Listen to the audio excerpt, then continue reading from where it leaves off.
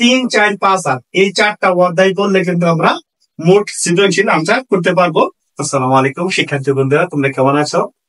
HSC 2025 ইতিহাস প্রথম পত্র ফাইনাল সাজেশন তোমাদের সামনে নিয়ে আসলাম।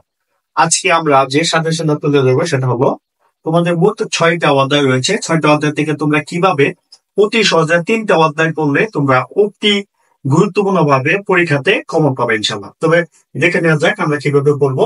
এটি খেয়াল করো, এখানে কিন্তু আমরা দেখতে পাচ্ছি 1টা 2টা 3টা 4টা 5টা 6টা অধ্যায় রয়েছে। আমি কিন্তু 6টা অধ্যায় পড়বো না, আমরা কম পড়ে বেশি নাম্বার পাওয়ার চেষ্টা করবো, সেটাই তো দেখবো।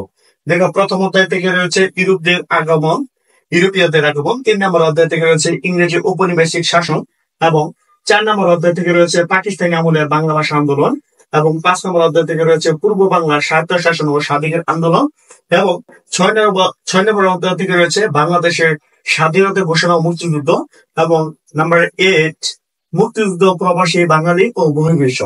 আমরা এখানে 6টা 1টা 2টা 3টা 4টা 5টা 6টা অধ্যায় থেকে আমরা কিন্তু মাত্র 3টা অধ্যায় পড়বো। একটু খেয়াল করো আমরা কিভাবে পড়বো, কোন অধ্যায়গুলো পড়বো।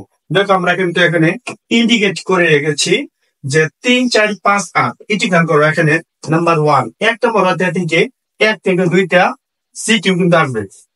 আমরা 3 নম্বর অধ্যায় থেকে দেখতে পাচ্ছি, দেখো, ইংরেজ উপনিবেশিক শাসন, এখান থেকে কিন্তু 2টা সিকিউ আসবে এবং 4 নম্বর অধ্যায় থেকে দেখো পাকিস্তান আমলে বাংলা ভাষা আন্দোলন, এখান থেকে কিন্তু 2টা সিকিউ আসবে এবং 5 নম্বর অধ্যায় পূর্ব বাংলা স্বায়ত্ত শাসন ও স্বাধিকার আন্দোলন, এখান থেকে কিন্তু 2টা সিকিউ আসবে এবং 6 নম্বর অধ্যায় বাংলাদেশের স্বাধীনতা ঘোষণা ও মুক্তিযুদ্ধ, এখান থেকে কিন্তু একটা সিকিউ আসবে এবং 8 নম্বর অধ্যায় মুক্তিযুদ্ধ, প্রবাসী বাঙালি ও বহির্বিশ্ব, এখান থেকে 2টা সিকিউ কিন্তু আসবে।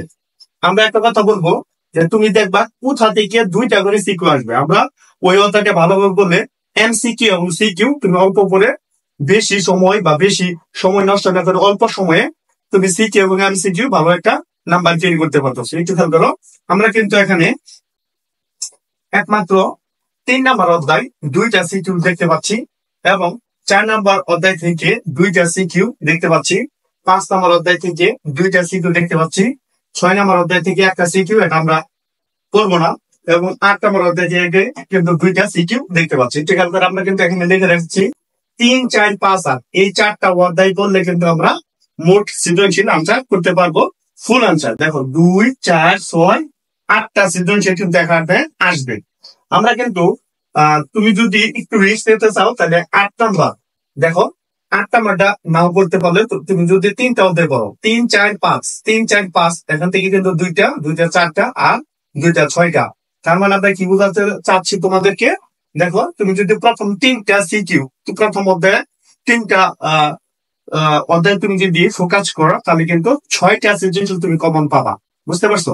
তাহলে 3, 4, 5 3টা অধ্যায় যদি পড়ো, তারপরে তুমি যদি একটু বেশি পড়তে চাও তাহলে 8ম অধ্যায়টা পড়বা। দেখো 3 নাম্বার 4 নাম্বার এবং 5 নাম্বার এই 3টা অধ্যায় থেকে কিন্তু 2টা করে সৃজনশীল আসবে এবং লাস্টে যে আমরা বলছি যে 8ম অধ্যায় মানে 8 নাম্বার, এখান থেকে কিন্তু 2টা সৃজনশীল আসবে।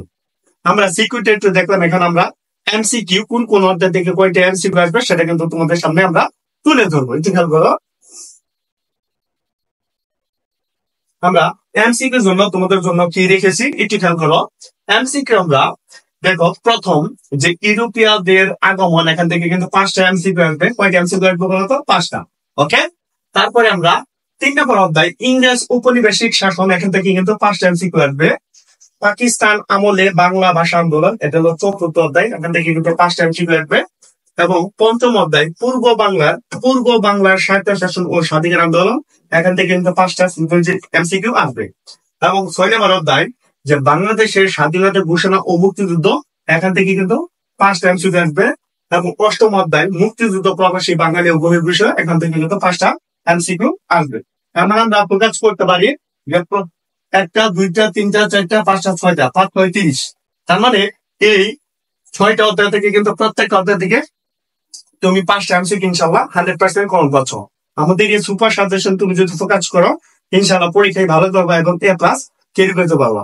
আজকে পর্যন্তই। আমি সুমন আহমেদ, সুমন চন্দ্রের পক্ষ থেকে তোমাদেরকে শুভেচ্ছা জানিয়ে তোমাদের সামনে দিকে বিদায় নিচ্ছি। আসসালামু আলাইকুম ওয়া রাহমাতুল্লাহি ওয়া বারাকাতুহু। আল্লাহ হাফেজ।